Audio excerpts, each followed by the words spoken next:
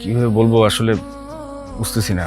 তোর ক্ষতি হবে না, না আমি সব ব্যবস্থা করে রাখিছি।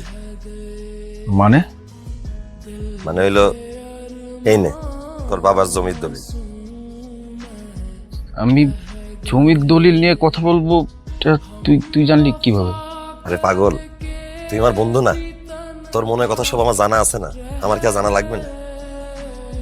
বলিস কি? শোন, তোর বাবা যখন শহরের দিকে যায় তখন আমার আব্বারে বিশ্বাস করে এই জমির দলিলখানা রেখে গেছে। আমার আব্বা মারা যাওয়ার পরে এই জমির দলিলখানা আমি আগলে রাখিছি।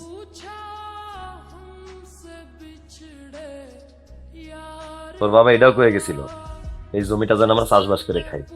বিশ্বাস কর, এই জমিটা দিয়ে আমি আমার পরিবার চালাইছি, চাষবাস করে খাইছি। এই জমিটা মেলা উপকার করেছে। হ ভাইজান, আপনাকে এই উপকারের কথা আমরা কোনোদিন ভুলবো না। তুই যেহেতু সিদ্ধান্ত নিয়েই ফেলেছিস তুই তোর বাবার জমি বেচে ঢাকায় বড় ফ্ল্যাট কিনবি, তাই আমি নিজেই সব ব্যবস্থা করে রাখিছি। ব্যবস্থা? চাচা, চাচা আপনি বাড়িতে এলেন কেন? আমি তো আপনার কাছে আসতেছিলাম। বন্ধু, কাকারে আমি আসতে কইছি। আমি লিটনার কাকার মুখে শুনলাম তোর বাবার জমিটা তোর বেচা দরকার, তারপরে আমি নিজের থেকে ব্যবস্থাটা নিচ্ছি। বন্ধু,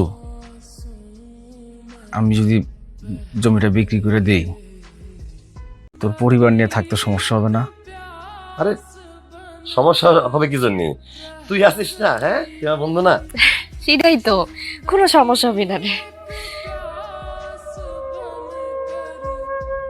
শোন বন্ধু, আমি এই বাড়িটাও বিক্রি করে দিয়েছি। তোর যেহেতু টাকা দরকার, তুই যাওয়ার সময় এই বাড়ির টাকাটা তোরে বুঝাই দিবানি।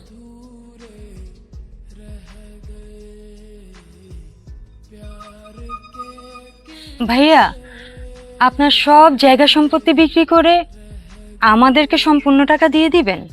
হ ভাবি, শুনেছি বন্ধুর ঢাকা শহরে মেলা বড় ফ্ল্যাট কিনতে হবে, তার জন্য নাকি তার লোনও নিতে হবে। তা আমি বন্ধু আসি না, আমি থাকতে লোন নিতে হবে কেন? আমার বন্ধুর বাড়ির টাকা আসতে দিয়ে দিবানি। এই পাগলা, তুই এরকম কেন আমার বলতো?